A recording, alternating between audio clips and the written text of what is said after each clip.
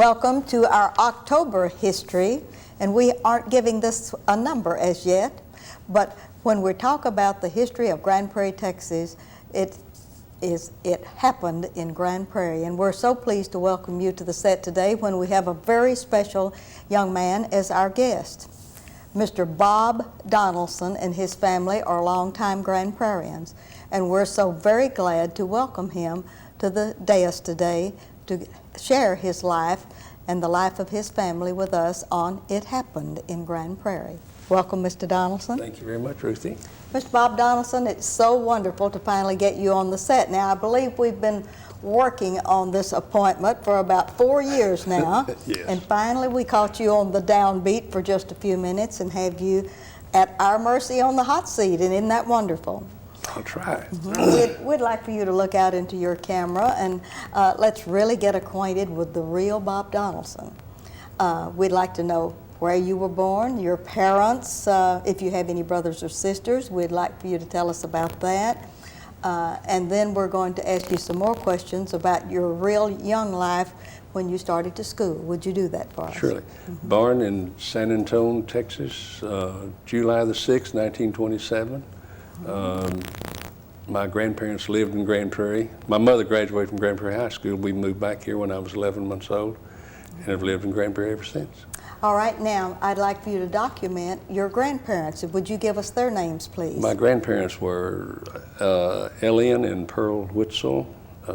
They were in old Dalworth Park. Oh, yes. We lived in Dalworth Park until we came into Grand Prairie in 1942 or 43, whenever Dalworth came into Grand Prairie. You'll give us the full name of your mom then. My mother's name was Avis Vanita Whitzel Delk. She passed away about 10 years ago. All right. And your stepfather that raised you, we want to document him too, yes. because he is a stem winder in Grand Prairie. George Delk was a contractor, general contractor, built several houses and buildings here in Grand Prairie, Dallas and surrounding areas, and built the nursing homes that we eventually got into.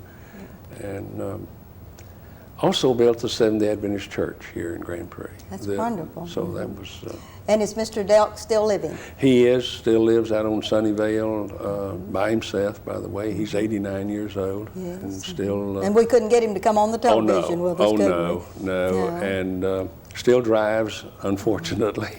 But he maintains a pretty good lifestyle, and he's on his own. He does it himself. And you lost your mom to death several years ago. Do you have that death date by any chance? Oh, it was in October 10 years ago. October the 18th, matter of fact. Yes. Yes. All right. Did you have any brothers or sisters? No brothers and no sisters. Oh, you were uncles and aunts, and you were spoiled young man. Rotten. Is there any of your aunts or uncles that you'd like to document or tell us about that live in this area that might be appreciative if you mention They're them? all dead. All my uncles and aunts are dead. Okay. Several cousins in Grand Prairie. Dorothy Henry being one. Yes. John Henry.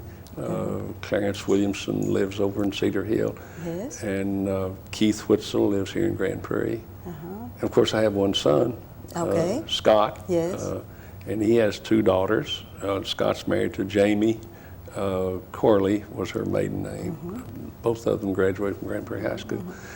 And then I have two granddaughters. Stacy, the oldest, Stacy's 29. And Marty, the youngest granddaughter, is 26. All right. Stacy lives in Irving, Valley Ranch, and Marty lives here in Grand Prairie. All right. Now you're already in bad trouble because the main lady in your life, we have not talked about her one bit, have we? No, my wife's pretty name. Miss Joyce now. Yes, Joyce Donaldson. We've been married 51 years. July of this past year. All right, and her maiden name? It was Jones, one of the Jones girls. All right, and did you find her here in Grand Prairie? Here in Grand Prairie, she and her parents, her dad worked in North America on a very short time, yes. and then right before we were married, they moved back to Marshall. He's from Marshall, Texas. From Marshall, Texas. All right, now let's get back to Bob Donaldson that moved to Grand Prairie when he was 11 months old, moved up into the Dalworth area, which, by the way, was a former little city in its own entity. And it was a beautifully laid out city. And nice place. Very exciting, wasn't it? Oh, it was back then. As a kid, I went to 7th Adventist School in in Dalworth. In Dalworth. The first, second, and third grade. And I went to public school here in Grand Prairie in the 4th grade. All right, and when you went into the 4th grade, what school did you attend? Well, it was all one school. In the big old red schoolhouse? Yeah, it was. Up on College Street? Right. Okay. They had built, Ruthie, I'm probably wrong, maybe they had built Southside. Yes. When I came here in the 4th grade, yeah. And could have been. Probably the 5th and 6th and 7th were over there. All right. Because that's where I went to the 5th, 6th, and 7th. Because you went to Southside after you went to the big red school. Right. All right. When you went to the Seventh-day Adventist church school there in Dalworth, do you remember any of your teachers, a favorite that really did? There was a Mrs. Reynolds, and right. her brother had a broom factory down in Grand Prairie, right off of 6th Street. All right. Over close to where the Redden family lives. All right. Yes. And then Plemons, Mrs. Plemons. Evelyn Plemons was my favorite teacher. Oh, your favorite teacher at Seventh-day School. That was a long time ago. Oh, that was a long time ago. But her sister, well, in fact, Evelyn's still alive, and her sister lives here in Grand Prairie. And her sister is? Maureen Gerlach. Maureen Gerlach. Okay, that's wonderful. All right, now, when you did go on to the big red schoolhouse on College Street, do you remember any of your teachers or your principal? Or oh, yes. Can you pull any of that out of your head? Mrs. King was our 4th grade teacher, and Mr. Roberts was superintendent. All right, Mr. L.A. Roberts. L.A. Roberts, and that's and Miss Watkins, I believe it was the county representative. Oh, she was the county supervisor. Mr. Watkins and Miss Mosley, they came around every month. Every month, yeah. They checked your handwriting. Checked everything. Checked your fingernails to be sure they were clean. They did. Yes, Yeah, Miss Watkins, she was a nice lady. Yeah, she was a really nice lady. And then when you did go to Southside, do you remember any of your teachers at Southside? Oh, gosh, Mr. Harris, Miss Colson, Miss Speck, Cora Speck. Cora was here a long, long time. Verena Hyde, of course, was over there for 1 year, and then she came back over to She followed you on up to the big school then, didn't she? A lovely lady. Yes. Tough gal. And after Southside, did you go back to the big red building? Yeah, went to the big red building. They kind of recycled you all around, didn't they? We moved around. But it was a big school at the time. And when you went back to 1944. 1944, you finished out. So you finished out at the old red schoolhouse, didn't you? Long time. Yes, ma'am. You didn't get to go up to the brand new white high school up on High School Drive. I don't even think they'd thought about that when I left. Now let's go back after Southside. Did you play football or did played a little basketball? A little basketball. That's about it. About it. And then on to high school. What did you do in high school? Your favorite subjects, your favorite teachers, other than getting into mischief? Favorite teacher now, of course, would be Mrs. Height. Miss Height has to be it. That was a lovely person. In school, probably she wasn't my favorite, but. But she made you work hard, didn't she? Oh yes. Tough we lady. learned a lot from her. I think I really do. Okay. But they were all real nice people. Mr. Roberts was still here. Mrs. Wood was our principal. Was the principal? Okay. All right. And her husband taught history, I believe it was. Mr. Dale Wood. And gosh, that's about it. Okay. In school. Now let's talk about high school and your favorite subject other than girls and lunch. Playing hooky, probably. No. I guess math, algebra, and geometry was probably my favorite. Did you have Mr. Young? Mr. classes? Yes, I had took L.J. Young was our agriculture teacher my first year, and I took agriculture under him. Then he went in the military. Homer Fuller was one of our basketball coaches that I remember real well, and he was a great guy.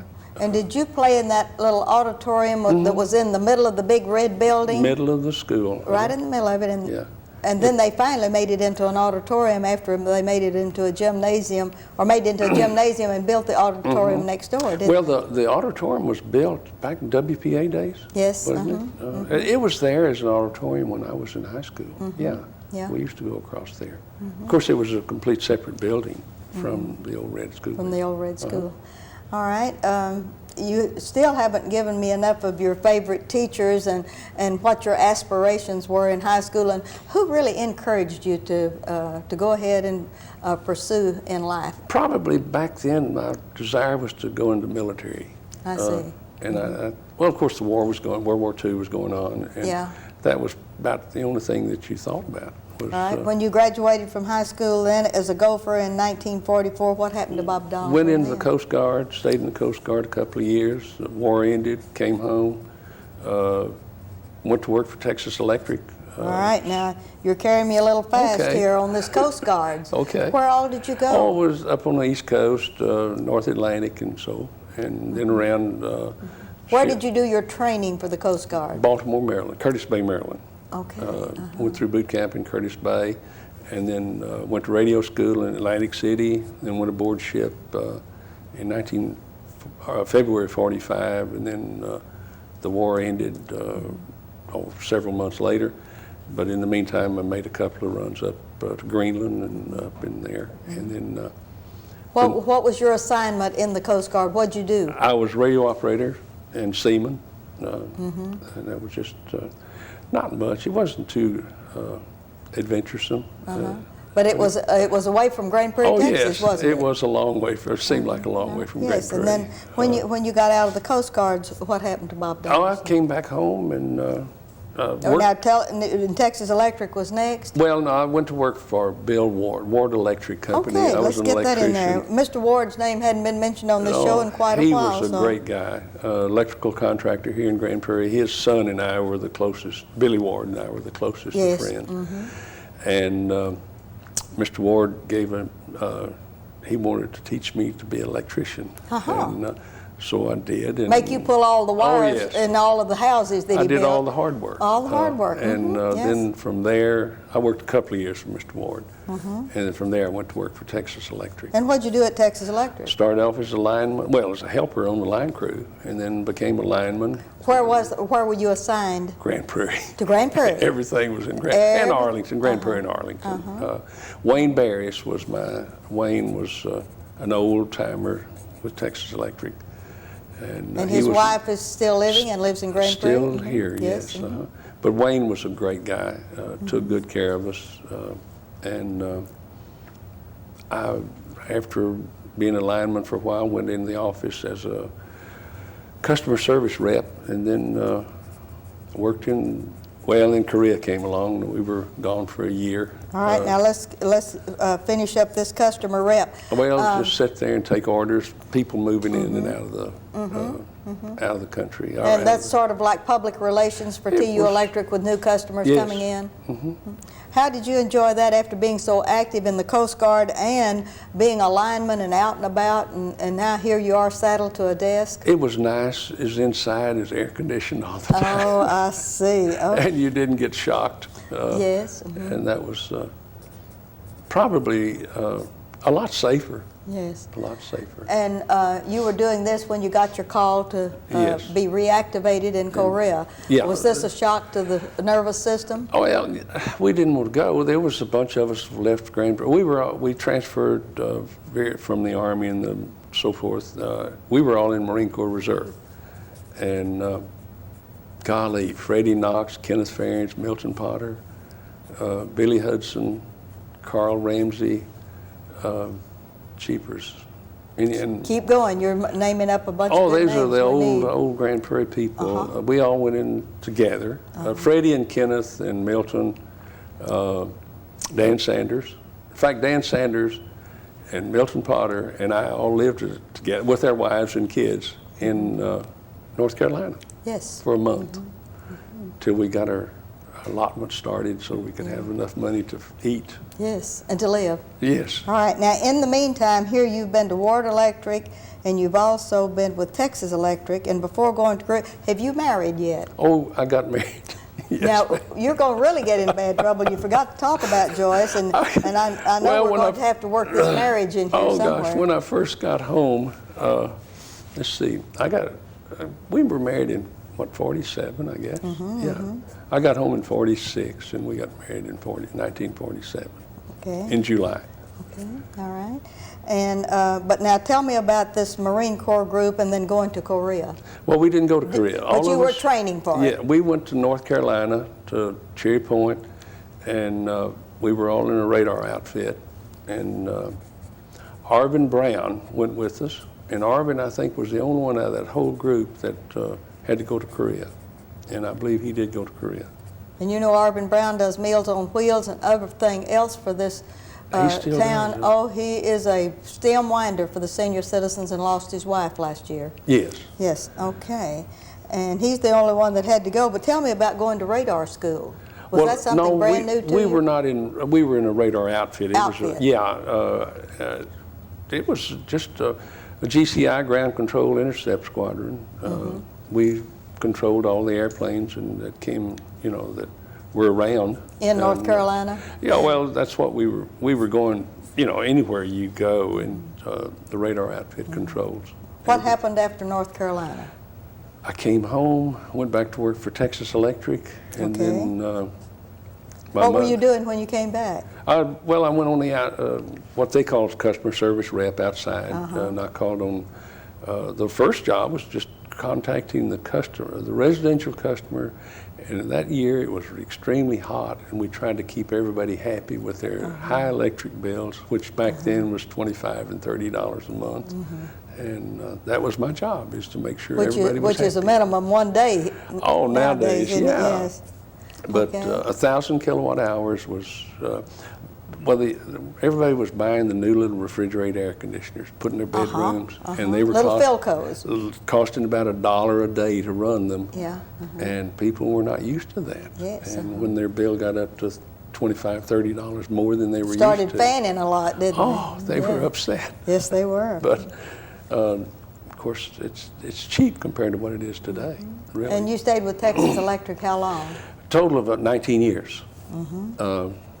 And in the meantime, my mother and I started a nursing home, and that was in the late 50s. And to take care of my grandmother, we converted my grandmother's house into a nursing home. And I think that was just marvelous, because Ms. Witzel couldn't have had better care.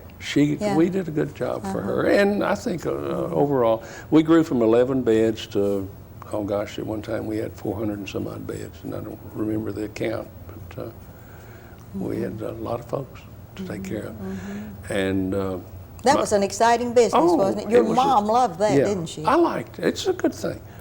Taking care of old people is rewarding. It really is. You just hope someone will take care of us as old people, right? And unfortunately, Ruthie, you can't do everything that's needed to be done. If you had to stay there 25 hours a day, and it's impossible. But I think that we did a better than average job taking care of old people. And yes, my mother really enjoyed it. And she worked, she was still running one nursing home when she was 72 years old. Oh, great. And doing pretty good. And when did Mr. Delk retire from his contracting business? He fell down in Jefferson. They were they bought a hotel. My mother and Dad bought a hotel down in Jefferson, Texas. And he was redoing that, restoring it to be an old antique hotel. Yes. And he fell and kind of had to quit.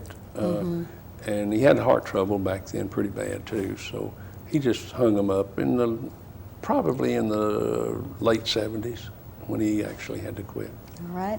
Now, in this nursing home, what was your duty? Well, the first You were the administrator, yes, or what? I was administrator of one. My mom was an administrator of another one. Then when we built the third one, I took care of two of them. And then one of my aunts took care of the small one for him. And when I got too big to take care of them all, of the two, she took care of the one on 13th Street, my aunt did. But I took care of the one on Great Southwest Parkway. The Great Southwest Convalescent Center. Yeah. And it was on Doreen Street. I took care of that one and the little one on 13th Street. Yes. I was the administrator of both of them, and after I quit Texas Electric. And then it just got to be too much, so my aunt took over that one down there on 13th Street. Then when my mother retired, I took over the one on 19th Street, and Scott, my son, and Keith took one on Great Southwest. Great Southwest Convalescent Center. Now, when we first came on the show, you did get around to telling us about your children and your grandchildren. Right. Do you have any great-grandchildren? No. No great-grandchildren Not yet? No. Yes, that's in the wings. All of those are just real surprises Neither to of us, them are aren't they? married, so I guess Yes, I'll just wait a while. You're going to have to wait a while Yeah. and all of this kind of good Yes, stuff. yes, Okay. yes. Well, tell us about your kids. Where did they go to school? Scott went to school, Grand Prairie High School, then went down to Sam Houston, then went in the Air Force, went to Vietnam, came out of Vietnam and went to North Lake. No, not North Lake. Anyhow, he came back home and then went to work at the nursing home. At the nursing home. And he and Keith, he took over, and then Keith Witzel, my other cousin, Scott and Keith worked real good. They work together as a team. Real good. Oh, that is really great. They still do. Do they run the nursing home now? No, we sold out in '86, and Okay, no longer in the nursing no home longer business. in the nursing home Okay, business. But 86. built some convenience stores, and Scott and Keith ran the convenience stores for a while, and then we sold those out, and now Scott's in the Keith's drilling holes under highways. Oh, that's exciting, isn't it? Oh, it is. He does real good. And then Scott buys and he's a business broker, buys and sells businesses, and does real well. And you're retired. No, I'm buying and selling businesses You're too. buying and selling businesses. We're and helping people buy and sell. Supervising Scott, aren't you? I'm not. I don't have any. I have no desire to retire. And Miss Joyce, did Miss Joyce ever work out of the home? She worked at Chance Vaud probably 3 years, and that's all. That was And she's been a homemaker, and that is really great. Yes, she. And she's not in good health. Not real good health, but not. But she's on our prayer list, isn't she? Oh yes, Yes, you definitely, bet. definitely. She was a good mother and a good housewife. Yes. Real good, and a good wife. Yes. All right, now, I'd like for you to tell me just a little bit about what Bob Donaldson forecast for the city of Grand Prairie, Texas. Tell me about living in Grand Prairie. You've been all over the mulberry bush with the Coast Guard and with the Marines and everything else. Tell me about your town of Grand Prairie, Texas. What you think about it? Oh, I think it's a great little city. I really do. I think right now it's the best shape that it's been in since I can remember. I'm personally proud of the racetrack, and Yes. I think that if we can keep downtown from just completely folding up, that something will happen down there sooner or later. It's got to, and I would hope that things continue to prosper in Grand Prairie. I think they are. I think they're better right now than they've ever been. Do you keep in touch with all of your old Grand Prairie friends that you went to Grand Prairie High School with? Do you have any real special people that are you with the historical group? Oh or? yeah, I go to that. Billy Powers and I talk a couple of times a month. I thought maybe that would stir and pique your interest. Billy is a fine young man. Yes, he is. He's very interested in Grand Prairie and to help Grand Prairie. He wants to help Grand Prairie. Even though he doesn't live here, he still does a lot of work, I think, out here. And the fact that your dad, your stepdad, built the Seventh-day Church, are you still involved in that and support them? No, not at all. No, neither. None of us do now. Yes. That was in the past, though, wasn't it? Yes, it was a good past. That yes. was a good. Old very good Downworth past. Park was a lot of nice people up there back 100 years ago. Yeah. Is there anyone special that you would like to thank on this show as part of like your family that's been really wonderful, or some of your teachers, or someone that's been a mentor to you all during your life? If I had to thank anybody, it'd be my mother, probably.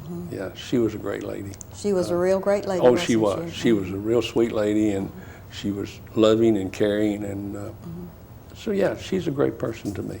I thought that she was very unusual in that she was out of her time as far as being a leader in business. At that time, the ladies just did not take much of a role in leadership.